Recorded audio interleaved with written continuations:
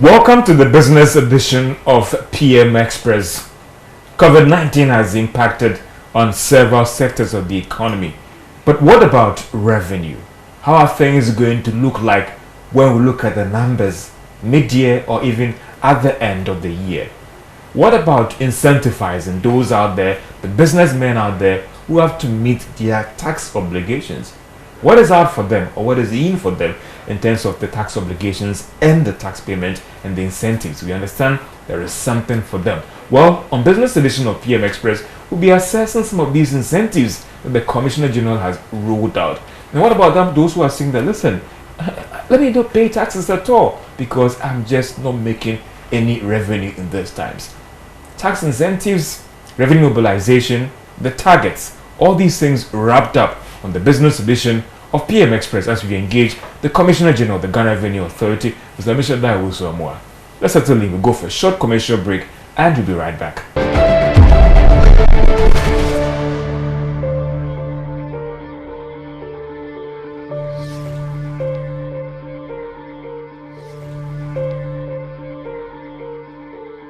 Welcome back to the Business Edition of PM Express as we talk about COVID-19 revenue, tax payment, incentives, and meeting the targets, some would say.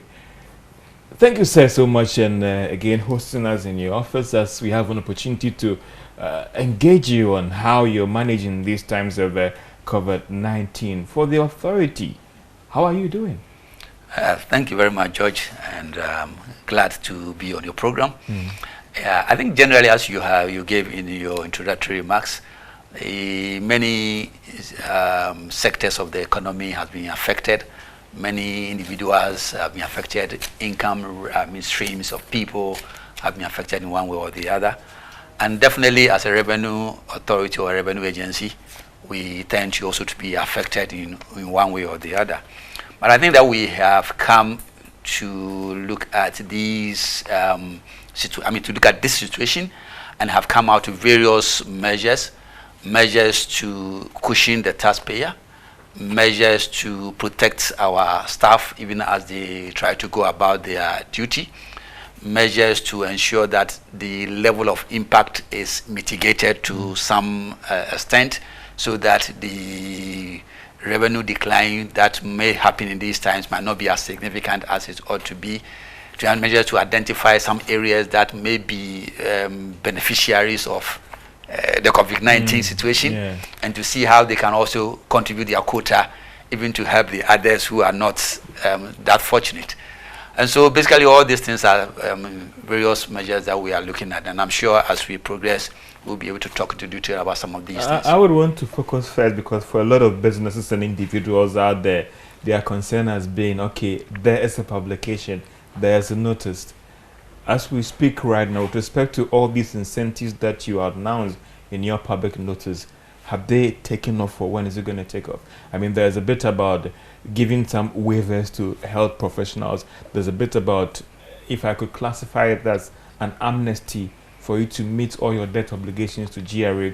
There's a bit about if you make some donations to help fight COVID-19, you get some reliefs and all the rest. Just looking at those headline issues, when is it taking effect, some would say? I think for most of these incentives, as I would say, we have already published them. They've also gone through Parliament, and therefore, as soon as every legal requirement is completed, in terms of the process, we have the complete process in place to ensure that people can benefit from it. So, for example, if we are talking about getting the waiver for penalties, if you come today and you pay your due, your taxes that are due completely today, you will still get the waiver. And there are a lot of opportunities for people. So out there, any taxpayer who has maybe some delayed payments and therefore has a penalty of, say, 100% or 200%, depending upon the kind of penalty that it is. If he comes in today and settles all the principal payments, we can waive all the penalties. Let me get one thing that is also a lot of people have followed and are quite interested into. It has to do with the relief that you're also offering health services, it has kicked off, right? And how is it being worked out? I think that there are a number of agencies involved in the implementation of this particular incentive. The Ministry of Health, or for that matter, the health sector, is involved in the implementation. The Controller and Accountant General is involved in the implementation, as well as the Ghana Revenue Authority. So basically, there are about 5 categories that we have, identified, and these 5 categories include those who are directly working with the public sector as far as the health service is concerned and are paid through the Controller General. There are also those who are subvented quasi-government health services who also fall into this category.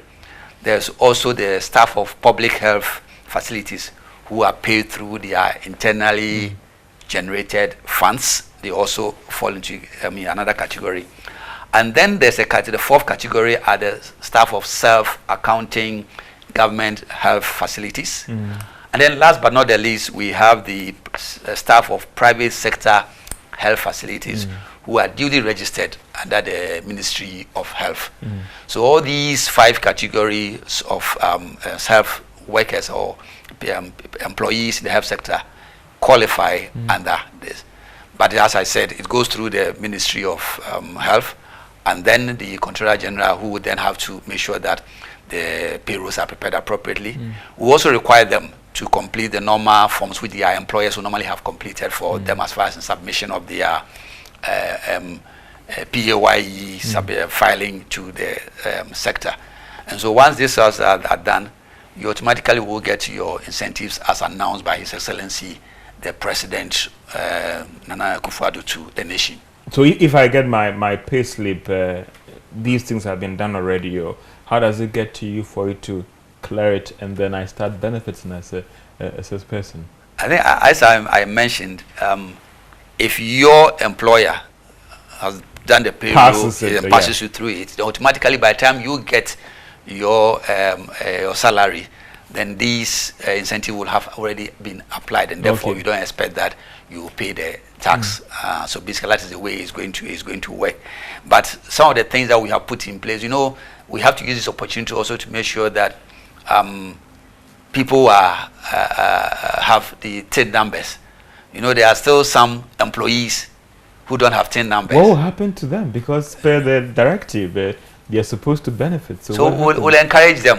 In fact, and we insist that you should have to make sure you have a TIN, because currently we have also put together a system that allows you to be able to get the TIN number and in a very short time. And I'll be coming to that. So what is the process? For instance, Aboagye-Wiafe is a medical doctor at Kolebu.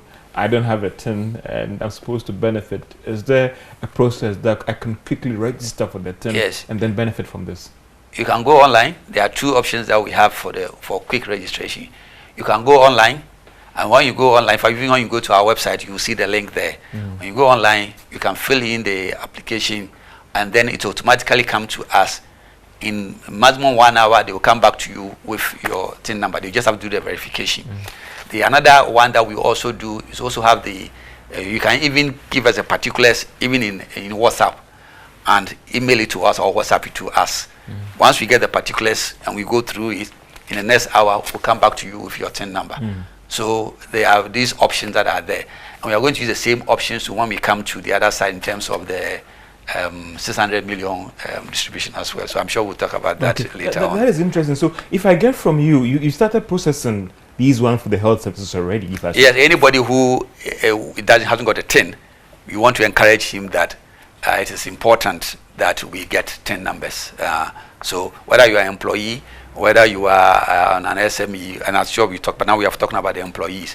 It's important that you get a TIN number. If I go through your recent public notice in trying to extend some incentives to businesses, I know about the fact that persons that make donations towards those whole COVID-19 thing, there's some release for them. You've also given release in terms of people being able to draw down their tier 3 monies and all the rest. There's a bit about some sort of amnesty to businesses that are indebted to GRA and able to pay within a certain time. What has been the communication out there to business? Because I still believe that a lot of people out there don't appreciate that these things are there for them. I think that once we came out with these initiatives, there were a number of steps or formalities that you need to go through. One important aspect was the ones that are beyond the powers of the Commissioner General needs to go through Parliament, and if you recall that Parliament had to sit to go through these ones, and therefore we were waiting for these things to happen. And now that we have gone through this process, our aim is to cascade it as effectively as possible, and I'm sure that's when you have taken this opportunity that you've given us to be able to send a message across. We've also planned that at each office levels, for the assistant commissioners, the deputy commissioners in various offices, and then we are also going to have them on various platforms, various media organizations, to be able to explain to the public the opportunities that are there for them to take. And therefore, this is only the beginning, and there are a number of such plans that our Corporate and Public Affairs Department have put together to make sure that we communicate effectively to the general public. I've seen a lot of donations flying around left, right, center in supporting COVID-19. So let's just say Aboagye-Wiafe and Co. I make a donation of about 1 million Ghana cedis to Korle Bu Teaching Hospital. What is going to happen to me? I think what we require is the evidence that you have done the donation. And so you need to get the recipient to acknowledge the fact that you have done the donation. And then we also require that you also write to us and indicate the donation that you have done, how much you have done, and then the type of items that it covers. So once we identify all these things, then we will approve for the exemption. It doesn't need to go through any other process. It just comes to the Ghana Revenue Authority, for that matter, to the Commissioner General for the approval. What kind of exemption are you giving to these businesses? It has to do with the income tax, it has to do with the corporate tax, or because I knew that you gave some details in the public notice. Yes. So if I make this donation to Korle Bu Teaching Hospital, what are you going to give to me in return? We are giving VAT. We are exempting from VAT on those items. We are also taking up the NHIL, allowance get fund reliefs, on these particular donations. So if you are a business and you have stocks that you donate for this purpose, those ones also will be allowed as far as your. So apart from the VAT and NHIL, it's also allowed for your income tax calculation. So this becomes an allowable expenditure as far as income tax is concerned. So important things that for all business and persons who do these donations must make sure that they have notified us and also get an acknowledgement for the receiving institution in order for them to be able to benefit from the waivers or the incentives. So, Mr. you think that every business out there knows this thing? Because the way some of these donations are being done, I don't think that some are even demanding acknowledgement from these institutions and all the rest to ensure that they can benefit. Because some will say that maybe the thought behind this policy was to incentivize corporate institutions to support government and to support this health sector in the times of this. Yeah, I think that is the work we are doing now. That's why we have put in a lot of advertisement in the papers. And that's what, as I said at the beginning, we continue to put in more advertisement for people to get to know that these incentives are available, and then the process. Number two, we are also, as I mentioned, making sure that our staff goes onto various media platforms and share. We're also going to use the social media to also educate people that, the taxpayers, that these incentives are available, and also the process that you have to go through.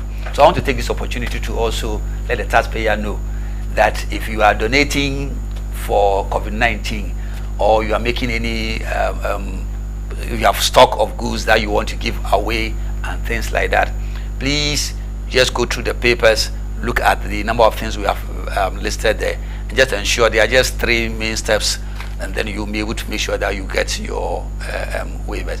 I believe that we have also shared with many of the institutions that are tax consultants, like the top 4 and all the other institutions. So they also have knowledge about these things. So you either talk to us or talk to your tax advisor, or they are in the newspapers, and we continue to share for people to know about these incentives. You've also given some, what I call it, an amnesty to people who are indebted to you. And I look at the period and I ask myself whether it's quite enough is the period that long for persons to organize themselves to clear these debt? Because in this COVID-19, people have had their funds dried up, they are struggling raising the required revenue and all the rest. Could you have had more of a longer period or time so that they could really honor this waiver that you've given to them, or amnesty? Yeah, I think there's a starting point that we have given up to the end of June. That's the June 30th. That if you have any debts and you are able to pay the principal, I know sometimes you think that is too short a period, but I think that there are a lot of opportunities in there in terms of the quantum of debt that people can get waived, and therefore want to encourage the taxpayer to take advantage. If it becomes necessary that we need to look at it, we all want to, as you know, COVID-19 is not something that we can easily see when it's exactly going to end, and we are all praying and looking at opportunities as we are working with the government to see all how these incentives will all work for us to be able to make sure that COVID-19 ends early. So it's something that we continue to monitor. What has been the practice in the past when it comes to giving these incentives to businesses and even the tax amnesty? That would have a situation where somebody comes in, you give a 1 week amnesty, someone comes the next week Monday that, oh, Commissioner, I didn't hear about it. What has been the practice in the past in terms of people responding to these amnesties? I think generally the Commissioner General, for that matter, the has the powers to waive penalties, even if it's not under COVID-19 situation. And those ones depend upon the assessment of the particular situation and the particular individual and the circumstances that leads to the penalty. And therefore, apart from when we put in these special incentives where we say everybody enjoys the incentive, the opening for individual conversation and individual appeal as far as taxpayers are concerned is still there. And even without COVID-19, there's still room for taxpayers who think that for some reason they have a genuine reason why they need to be looked at as far as their penalties are concerned to present it. And we do look at this from time to time. And so I don't think that a 1 day delay or a 2 day delay prevents the Commissioner General, for that matter, to be able to look at the circumstances to waive penalties where it becomes necessary. I believe that COVID-19 again has put a lot of stress on businesses and all the rest, and away from these tax incentives as well, would you also want to look at reassessing some of these businesses? Because then some will say that, listen, I projected to make X amount this year. Because of COVID-19, everything has been eroded. The perception sometimes, not you or the taxman, is that the taxman is so rigid and is not prepared to even appreciate the challenges that businesses are going through in doing these assessments and even granting these amnesties. I think on the contrary, the taxman do look at, I mean, we always take this flexible enough? Are you? Because, for example, if you take, say, excise duties or excise tax, which are imposed on things like the alcoholic beverages, the water, bottled water, the soft drinks and things like that. And you know, a lot of these products are consumed more when there's social gathering. And so when there's social distancing and there are no funerals, there are no weddings, there are no naming ceremonies, there are no what do you call it, Easter picnics and the rest, automatically you are expecting that there will be going to be a decline in the revenues of those who produce these items. And so if you are a taxman, it behoves on you to even be proactive and start evaluating these sectors and looking at their possible impact, so that you don't get also surprised and think that they are going to pay me, let's say, 100 million when their volumes are already going down. So basically, we always very proactive and look at those situations. So you'll find out that if we all know what is happening to the airline, we all know what is happening to the food and beverages, as well as to the hotels and things like that. So all these are things that we are very proactive about. So we are proactive to look at the possible reductions and proactive to look at the possible areas of increase, and then we see what is the revenue that we should expect. You've talked about the beverage industry, you've spoken about the airline industry and all the rest.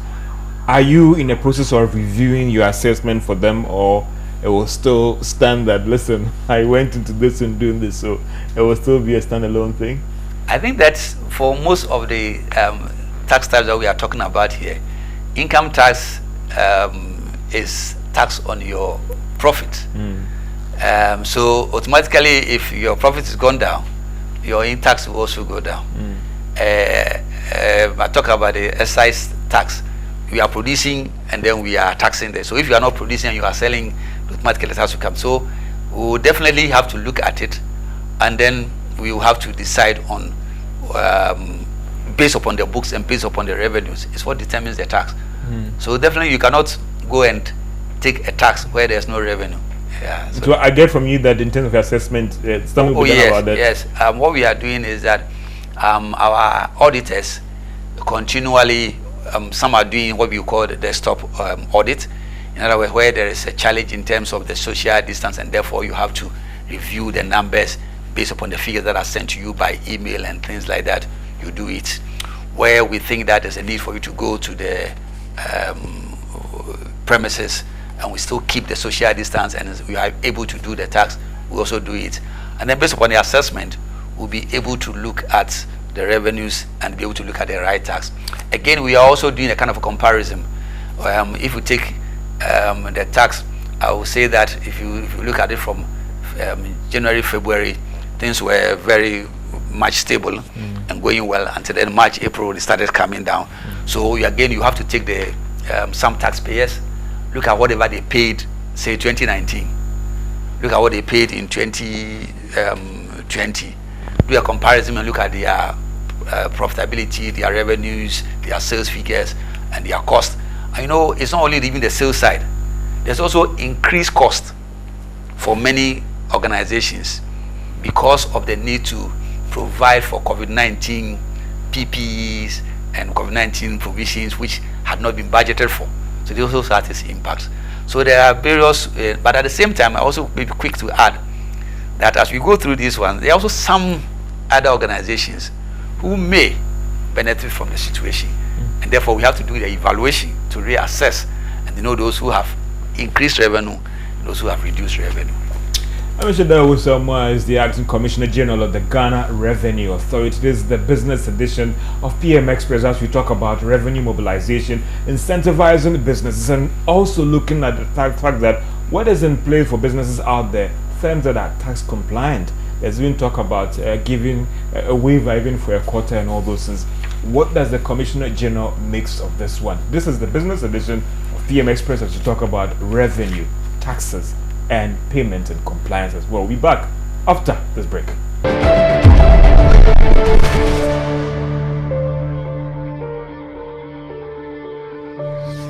Welcome to the business edition of PM Express as we look at revenue, tax payments, and businesses, and also incentivizing them in these challenging times in terms of COVID-19. People are saying that, listen, my revenues are not coming. Why have I been asked to pay taxes? What is in for me? Well, it looks like we're trying to give you some education on what the Commissioner General is doing to ensure that you get some relief as a businessman. Commissioner General, we are talking about a bit about the incentive that you have extended to the health sector and all the rest. So if I get you right, it means that it has kicked off and you'll be able to realize it when the due date or that's the 15th of this month returns are being submitted, right? Yes.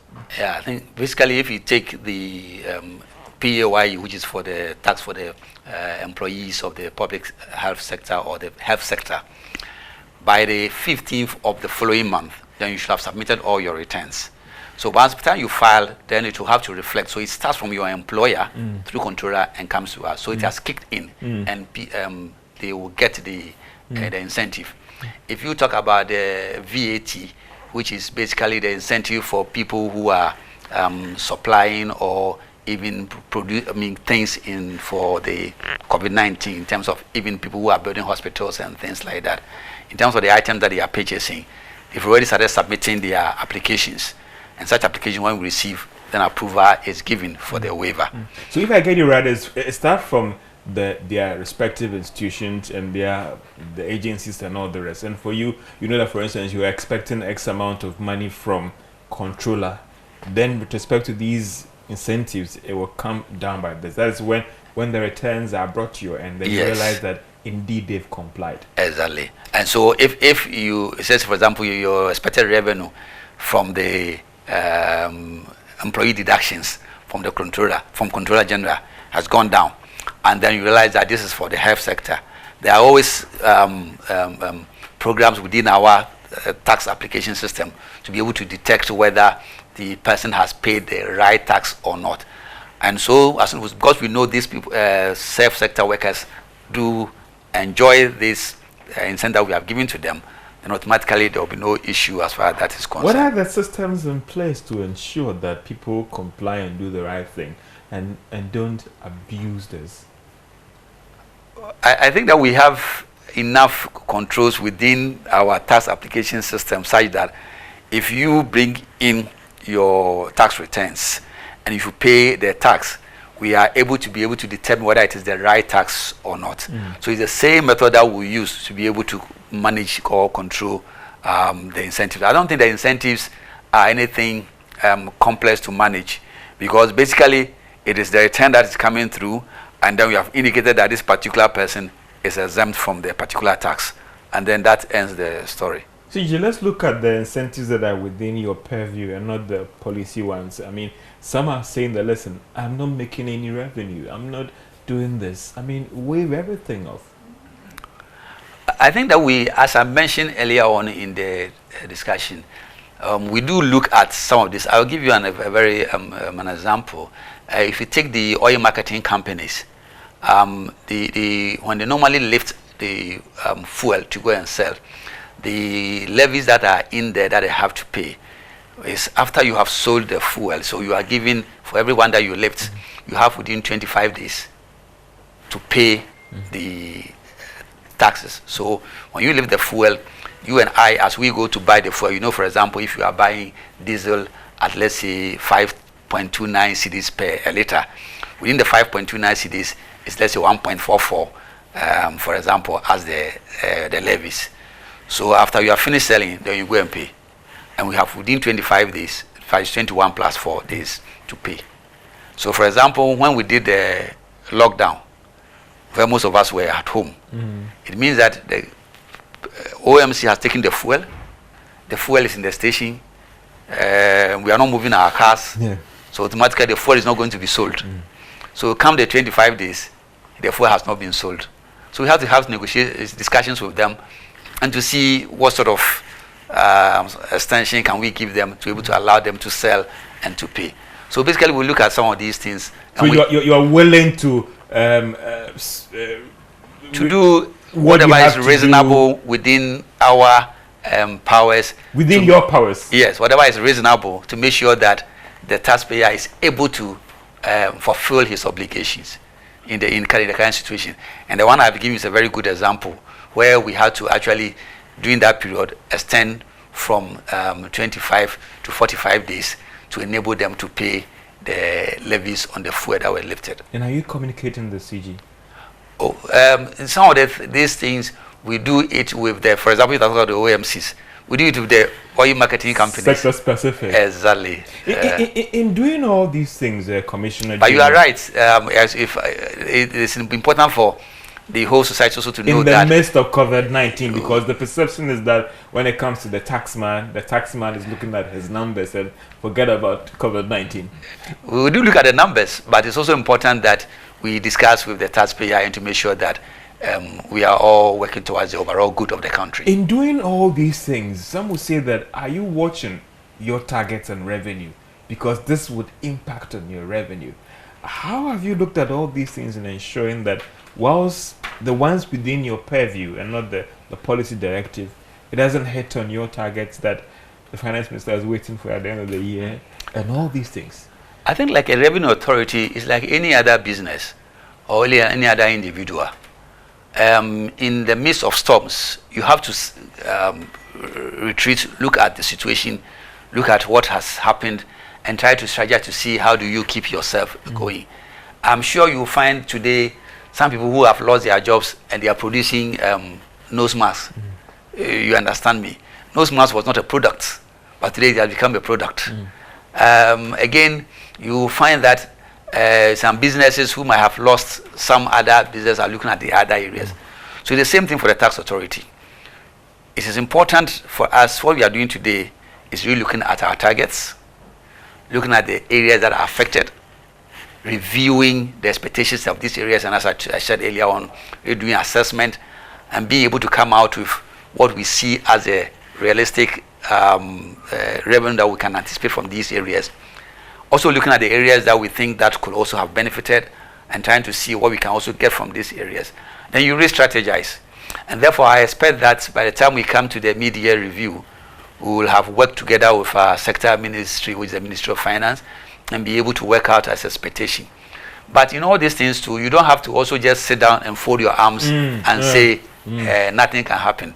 Because at the end of the day, government is talking about incentives to the public. And as we give these incentives, as we make pay for electricity bills for the taxpayer, as we pay for water bills for the taxpayer, as we find money to be able to provide for hospitals, all this is also money. So it is something that as a revenue authority, we need to look at it and see what are the possible opportunities there are to be able to balance. But do I get the behind the scenes you are engaging government, because the minister will come out soon in the media to ensure that those targets that they give to you, some revision is done to it? Yeah, we will engage government, but at the same time, we also have to do our homework very well. We have to sit down, strategize, and really look at whether there are any opportunities, and then what we think that are feasible revenue that can be collected, and then be able to share it with the government. Let me first look at one critical thing is about the people, and the people. I still believe that you do some personal engagement in terms of trying to mobilize revenue. In the midst of COVID-19, if I'm a tax officer, I'm afraid to go out there. What are you doing to protect your men, to ensure that they can still engage? Or listen, we are saying lockdown, social distancing, taxman, let me go and sleep, you know? That's an important, very important question. We need to protect our staff as well as protect the tax payer. So what we have done is that for all our offices, we have made sure that we have the PPEs, the protective equipment there. So for each office that you have to enter, the water for washing of your hands, the Veronica buckets are available. For each of the offices that you have to enter, you have to make sure that you sanitize. We also have the temperature guns to make sure that we also check the temperature of people. At the same time, in the offices, we have also made provision of masks to the officers so that they'll be able to use them. We also, as you might have known, be able to get our customs lab to produce our own sanitizers, some of which we currently use in most of our offices, and therefore this has been supplied to. See, so what does this do? I mean, this is something that you have produced. Yes, yourself. This has been produced by the customs lab, which is part of GRA, and therefore currently we don't buy sanitizers from any other vendor. We supply enough sanitizers for all our 14,000 staff across the country, and enough also for our taxpayers who will come into our offices. And therefore this ensures that both the taxpayer and our officers are protected. Now this is within our premises.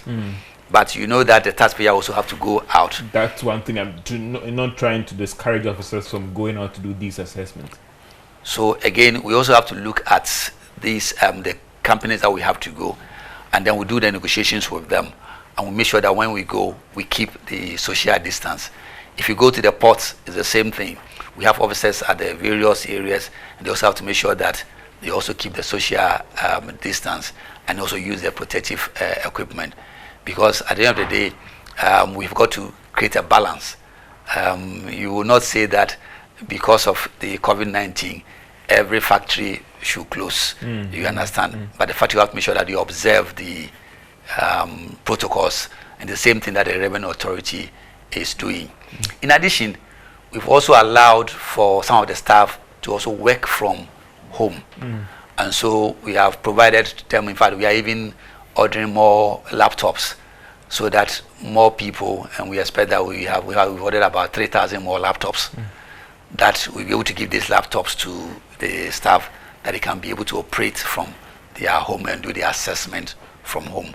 And so these are some of the measures we are putting in place. Obviously, this is going to impact on revenue. I mean, the minister has said it already, and it's out there. The verdict is out there. How is revenue doing? As I mentioned in the initial stages, the year started quite well. January, February, we are all on target. But from March, April, the revenues have started going down. And therefore, we need to strategize to see how we can find ways of meeting some of the revenue. So some of the areas that you expect to see some falls, as I hinted earlier on, will be areas like the excise duties, because the importation of things like alcohol, the manufacturing of things like alcohol, and then the drinks, the water.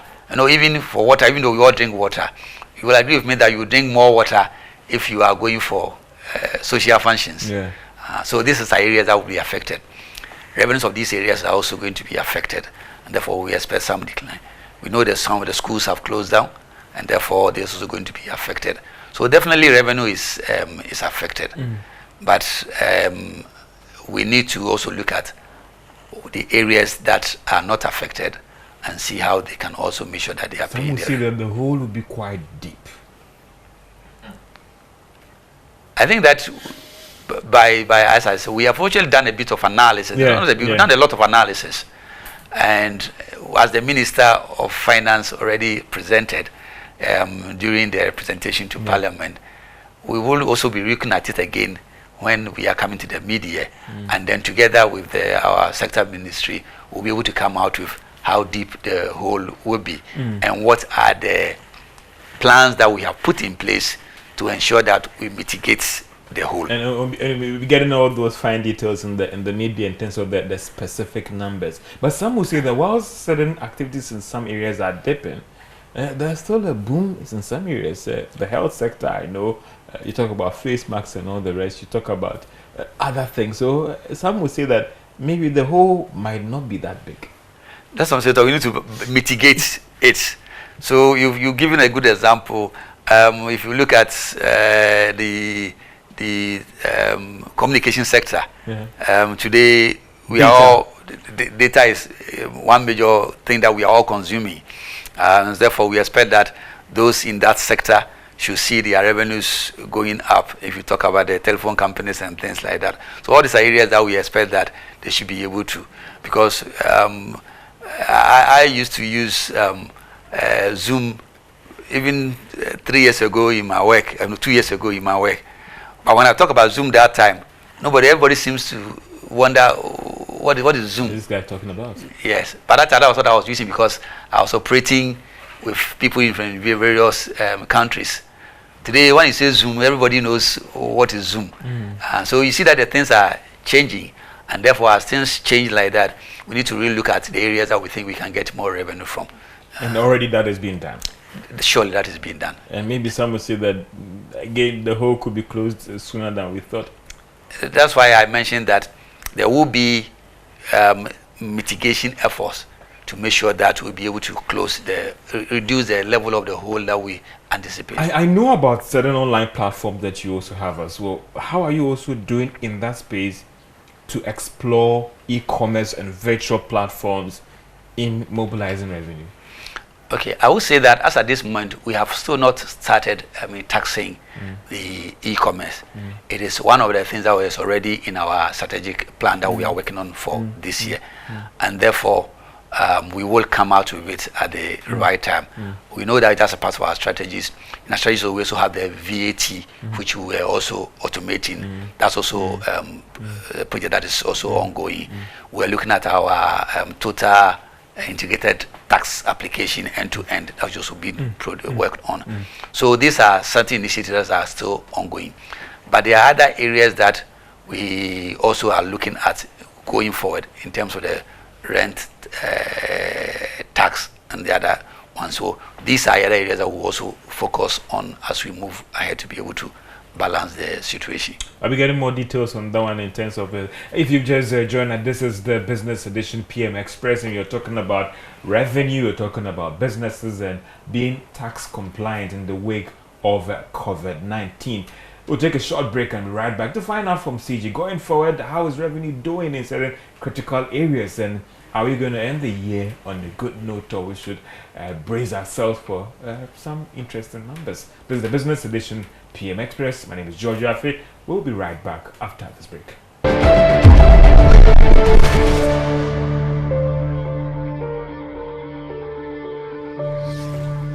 Welcome back to the Business Edition of PM Express as we talk about revenue, businesses, and being tax compliant in the wake of COVID-19.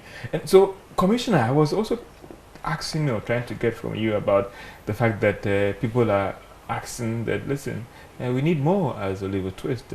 What do you make for businesses who are also making that calls that within your space, give us more incentives? We'll continually be looking at the situation, and wherever we think that there's a need for any incentive, we will be able to come out with the incentives that are necessary to be able to help the taxpayer pay the tax, or as well as to be able to help the taxpayer survive. Mr. Mishadai, I'm a businessman. I'm tax compliant.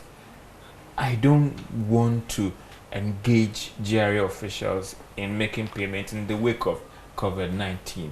What are the platforms available to still meet my tax obligations in these times? I think that we have completed our online filing system, and we started earlier on. There are certain things that we qualify, but by first week of June, we will be able to do your corporate income tax, do your NHIL, do your personal income tax, all online. And the same time, we will also be able to allow you to pay by all the banks that are hooked onto the Ghana.gov platform. And so we are expecting that by first week of June, you should be able to sit in your office, in the comfort of your home, file and pay. And currently, in the situation where you have to walk to just two banks and pay, will also be people behind us where you can pay from your own bank. If your bank is connected to the Ghana.gov, you can debit your own account and credit the GRA account in that same bank without having to go to the tax office to file. And we expect that by the first week of June, we will launch the product. In fact, education has already started within our own, and sensitization among our staff have already started. I know that there are still people out there who don't want to be tax compliant. And I remember some time ago you spoke about trying to incentivize the public to help you in whipping people to be tax compliant. This whole whistleblower thing. What is the state of that one? I think we came out with the new incentives with higher returns or incentives for people who do report. And I think that since we advertise those new incentives, we have seen an increase in the number of whistleblowers. And I think that I want to encourage the public. We will be repeating our advertisement. So it has started. When did it start actually? Yes, it started about 2 months ago. I think we advertised in the month of February. Yes, so we'll keep on doing more advertisement, and we have increased the percentage that is available to any whistleblower. So how does it work out there? Just a quick reminder of our viewers, and then. What happens is that if any whistleblower reports and we work out and we find the revenues, there are various levels of revenues, rewards that you are entitled to. The rewards starts from 25,000 and it can go up to 250,000 Ghana cedis that you can get for whistleblowing. And have you seen more people coming to blow the whistle? Yes, we have seen more people. And have you seen those tax type seen an increment in compliance then, or improving your revenue then? I will say that it's the early days yet, but once somebody whistleblow, you have to go through validation of the whistleblowing. You have to go and maybe do an audit and then establish the validity of the whistleblowing or the information that you have received. And then once you are finished, you'll be able to then put the tax and the penalties and the interest that you have to put on the taxpayer. So this process will have to complete before the whistleblower will be able to get whatever is due him. Because if we don't do these things, then if you don't take care, you let the whistleblower becomes what do you call the other one? People just trying to target or targeting people or trying to blackmail people and things like that. So whatever information that you give us, we have to make sure that we validate, and then we make sure that we go through the process. And once we're able to establish the tax liability that came out of, and I think that many people have been paid. In fact, even before the new one, since the new one came, I've seen a number of people who have been paid under the new whistleblower. Let's look at the port, and it's a very, very interesting area. I know recently there were a lot of disturbances there. Have you made any progress in trying to resolve the issue as the port with this new system that you're introducing and all the rest? I think that we are making a lot of progress as far as the new system is concerned. Currently, as you are aware, the old system is still running, and then the necessary things that needs to be making sure that the new system works effectively is also ongoing. And we are expecting that before the end of the month, the two can continue running very, very effectively. It's something that the government and the implementing agency are committed to it, to ensure that the new system is fully functional, and the benefits that we expect from the new system will also be enjoyed both by the taxpayer as well as the agents. There are a number of stakeholders involved, and as I speak, we are very much engaged with the terminal operators in terms of MPS, in terms of the Ghana ports and harbors, and and then the other small terminal operators. We are fully engaged with the shipping lines. Currently, if you look at it, we have more than 30 to 40 shipping lines, and all of them are fully engaged in terms of making sure that they are integrated. We are also fully engaged with the freight forwarders. And then there are other areas in terms of warehousing, free zones, and all those areas too. We have tackled them as well. And therefore, I think that we have gone very far in ensuring that the system works effectively. So if I get from you, the partnership between UPS and then GCN is going to roll for like a month before they finally take over from the next month, right? Yes. Yes. And everybody, all the parties are satisfied now. We won't see traders again demonstrating at the port and complaining that the systems are delaying and all the rest. We are making sure today, since as you are aware, because we are still working with the current DCNet and other service providers, we are making sure that the transition becomes as smooth as possible. I think that what had happened was just making sure that we have managed the transition more effectively. And once we are on top of it and trying to manage that transition, I expect that there will not be any opportunity for such hold-ups or such situations where clearing of goods become a problem.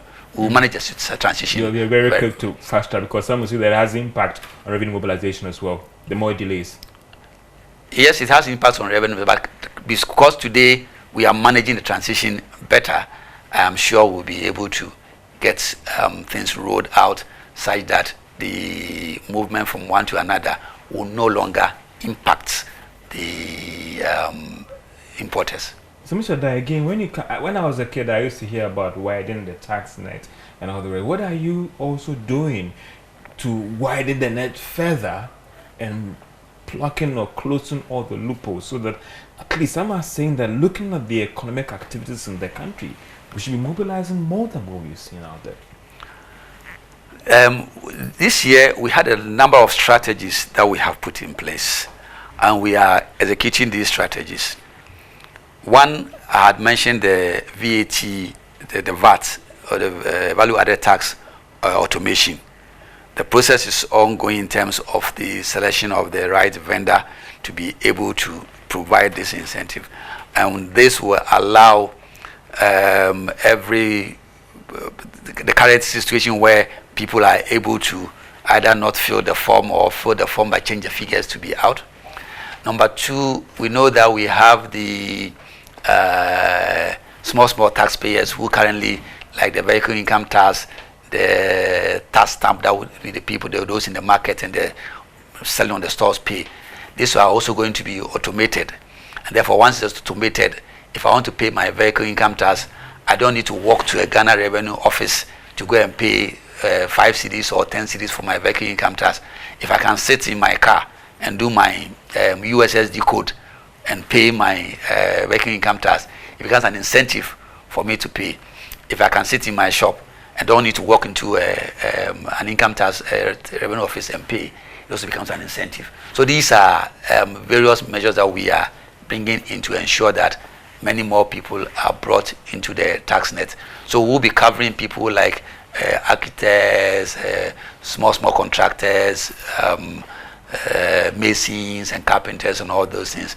The key thing is, how do you make the registration and the paying more convenient for these people? And we have these strategies in place, and we'll be rolling them out very soon before the end of the year.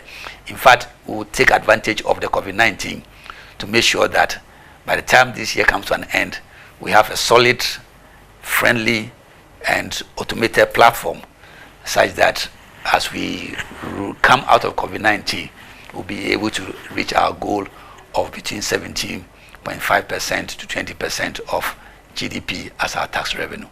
Mr. Dawusoma, thank you so much for your time. And I know that for a lot of people out there, and even for you, you ever wished that this COVID-19 hadn't come so that you would have met your target that you were looking forward to. Well, all too soon we have to draw the curtain down on this program. I know for Mr. Dawusoma, he would have wished that this COVID-19 shouldn't have come at all so that he can meet his revenue target for the year and get more incentives to incentivize his officers to go out there and mobilize more revenue. Well, let's see how things will happen for the rest of the year as we wait for the mid-year review. This has been the business edition of PM Express. I hope you have been educated, you have been informed, and you go out there and take what belongs to you, whilst you also look at meeting your commitment to the state and being tax compliant. My name is Aboagye-Wiafe. This has been business edition of PM Express. It has been taxes, and I know that from now onwards, or maybe going forward, you'll be a friend of the taxman.